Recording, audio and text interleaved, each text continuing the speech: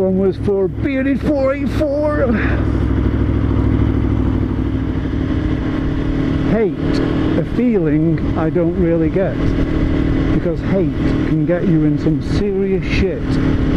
So spoke Fred Durst in his 1999 album from Limp Bizkit, Significant Other, which segues nicely into a bit of a topic for today's vlog that I've wanted to do for a while now, and it's a topic on hate and haters. And we have been recently reminded by Taylor Swift that I'm given to understand that the haters have got to hate. And I asked myself why. Because recently I have been subject to a hater.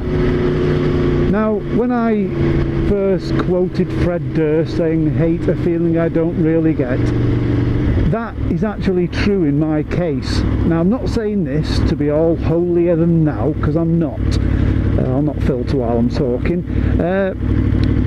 But I can't exactly remember when, but some point in my sort of childhood, maybe about halfway through my teens, the emotion of hate left my body, or left my being. And I can't remember exactly how or why, or I don't think it was a cognitive thing. I just think at some point I just stopped hating. I've always been a bit of a peaceful soul, and I've always tried my best to avoid and eschew sort of confrontational situations involving sort of very extreme emotions. But unfortunately, it's kind of part of my job at the minute to deal with the human race in red in tooth and claw and hate-filled and bileful. But recently, on one of the video that I watched and commented on, my comment drew some hate, just from one person. Now, it was a pretty, I don't know, it wasn't a very out there kind of comment. I mainly made basically made a comment on an astronomy video, because a lot of people were looking at this video and the beauty of the images captured to argue for the existence of God. And being a secular person, I wanted to just be the voice of secularism, and I put across my idea of why this isn't the work of God. And it's just the way that the video has been carefully crafted with emotive music to inspire almost sort of religious feelings. However, a few people responded to my comment, people of belief and faith, and I had a bit of backwards and forwards, all in good temper, all in good humour. You know, there's no animosity from either part, because I respect people and their opinions. So I have mine, they have theirs, and we chat about them where they meet. And there's a bit of backwards and forwards banter, but there was no hate between us. There was a couple, about 2 or 3 people I was responding to, and they were responding to me, and it was all above board and all very light-hearted. However, one person, one YouTube member, just took it upon himself just to spiel a load of hate at me for it. So I called him out on it, because I'm not a coward. I will fight my corner. So I asked this person, what's your problem? And they seemingly didn't have one with me.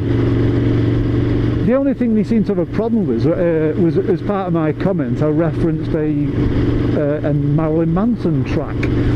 And he said, something about, he said, anyone who brings that fucking jackass up, and all this. Anyway, but he just went on then to like spiel and poot forth torrents of tar-like vitriol in my direction. Like for one example of his diatribe was, he described me as being and I'm quoting the troll at this point, a hook-nosed, a Jew-nosed nigger. Now my first thought was, wow, has he seen a picture of me or something? Because, I don't know, other than I'm not African American, but I've got a bit of a big nose on me, I suppose. But anyway, so I tried on a couple of occasions to tease the reasons out of this man for his hatred, and he just would not be drawn. So I looked into him, I looked on Google Plus at the kind of things he does, and he doesn't comment on much, but when he does comment, he just comments to emote forth hatred in a kind of crappy, trolly way. But his sort of parting comments to me was, you know, well, come and meet me in such a, if you're based on the east coast of America, come and meet me up and we'll sort it all out. Well, I'm based in the UK, I'm not going paying a few £100 just to go and beat some guy up in the east coast of America. That's not going to happen. And then, so I just sort of like, I played with him for a bit the same way a cat plays with a stricken mouse, you know, purely in a semantic sense. And it was very, very obvious that I was, you know, to me and a few other people who sort of joined in on my side, that, you know, that I was just, you know, I was light years ahead of this guy intellectually. But he just seemed very, very driven by his personal possessions of his 2 houses and his yacht. And whereas I'm just this, to quote him, a Jew-nosed nigger. And looking at the other comments he put on other videos, it was all I could tell. If I didn't know anything else about this person, his only thing in his life, other than his 2 houses and his boat, is his hatred. And I was thinking then, why hate so much? Because I think the reason why I don't feel hate, and I genuinely don't feel hate, I don't. I dislike a lot of things, but dislike is a great, great leap away from hatred, because hatred involves expending energy on the subject of your hatred, be it a person or a thing. You have to summon up quite a large amount of cognitive energy to direct your hatred towards something. That's all I can remember of hatred anyway. And I'm talking about, you know, when I was like a child, I would hate a certain food stuff, or I would hate a certain person at school, like my enemy child at school. I would hate that person, and because I would hate them, I would think about them often, and I would, you know, I'd imagine scenarios about them and things, and it took energy. Now, I've not felt hatred since, since my teens, the very, very latest, and as such I kind of lost my understanding of what hatred actually is. And why? I mean, I could maybe understand it if a person has murdered a member of your family or done something to you so reprehensible and without remorse or ruth that you have nothing else to do but hate them.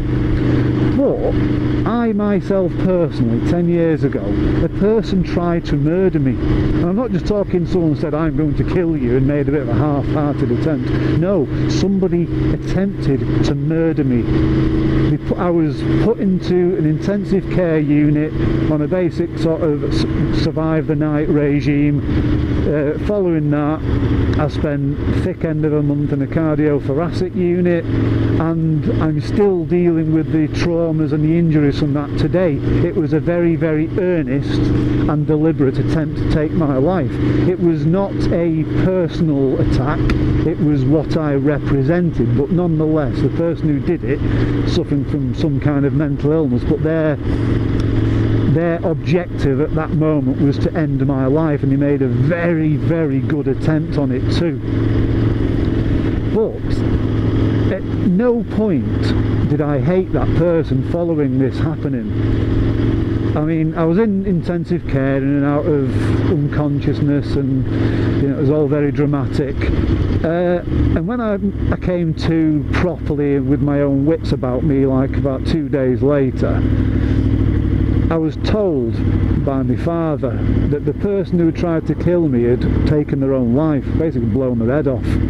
because he'd shot me and then shot himself a short while later when the police were doing a siege on the person's address.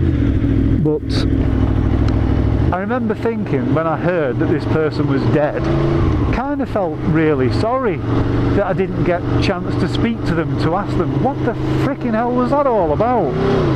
You know, what? Why? Why did you do that? That's all the questions I asked. That's all I wanted to know. And if I had any reason to hate anyone, it would have been that person. But I didn't hate them, and I don't hate them. I mean, they're dead, so there's no point hating someone who's dead. But yet, there seems to be so many people in the world driven by hatred, whose primary motivation in life is hatred. And I just don't get it. I don't understand it, and I'd love someone to be able to explain it to me why. And I'm sort of like referencing, you know, thinking about people like the Ku Klux Klan, for example, or people like ISIS, Al-Qaeda, people who have a deep hatred towards a group of people for whatever reasons, be it ethnographically or religiously or anything like that, who just feel hatred towards that person or group of people. And I don't get it, I really don't, because the person who tried to kill me, it turns out later that he's into his motorbikes, and in his house was a absolutely minted, restored motorbike. Now, if he'd have just taken 2 minutes before making a decision to try and kill me, to speak to me, it would have been very obvious. We'd have probably had at least that in common, that we both like motorbikes. And if you have something in common with someone, can you hate them? Is it possible to hate a person when you've got something in common with them? I don't know. And I don't really have an ending to this vlog, because it is just a kind of WTF vlog. Why? Why hate? I don't believe what Taylor Swift says. I don't believe that the haters have got to hate. I really don't. I just think they choose to because they like it. So, I don't know. I don't know. I really don't. And it's just been bouncing around my head for the last sort of week or two after this exchange on YouTube, and it just sort of struck me, you know, why hate? Because that person had absolutely no reason to hate me whatsoever, but he hates me. He hates me. There's a person who lives on the east coast of America who hates me and would love to physically assault me. And yet all he knows about me is what he knows from my video blogs. And I get the impression he doesn't even read, he's not even watched them. You know, he's not like looked at it to see, oh, this guy's into his motorbikes and his pedal bikes. You know, no, he's just basically gone off my one quite long entry on a comment where I've been having a bit of backwards and forth between a group of people. Because at first I just thought, well, he's a religious person and he's took offence at what I've said. And my stock answer would have been, well, if you're a Christian, then forgive me. That would have been it. But no, when I pressed him on it, he was, well, the way he spoke, he's an atheist. So I don't even know why he was even looking at my comment anyway, other than the fact that I referenced Marilyn Manson. I basically said, you know, would people be so quick to tell you what, well, you probably can't hear me here, so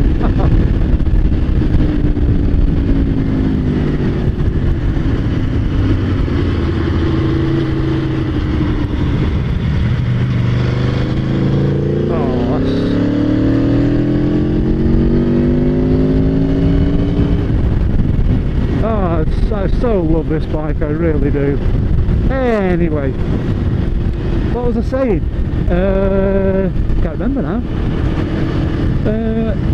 Yeah, so basically I in my opening sort of line in my comment on this original post was, I wonder if all the God botherers who were using this video as a proof of God's existence would have thought so if the creator of the video had used the track Time for Cake and Sodomy by Marilyn Manson instead of the sweeter orchestral music that person chose to make the video with. And that was, and then I went on to, you know, talk a little bit about religion. But that was it, you know, and I had a bit of backwards and forwards with 2 or 3 people who were coming at it from a religious point of view, and another person who saw it from my point of view. And it, you know, it was a good little debate we had going for a while, you know.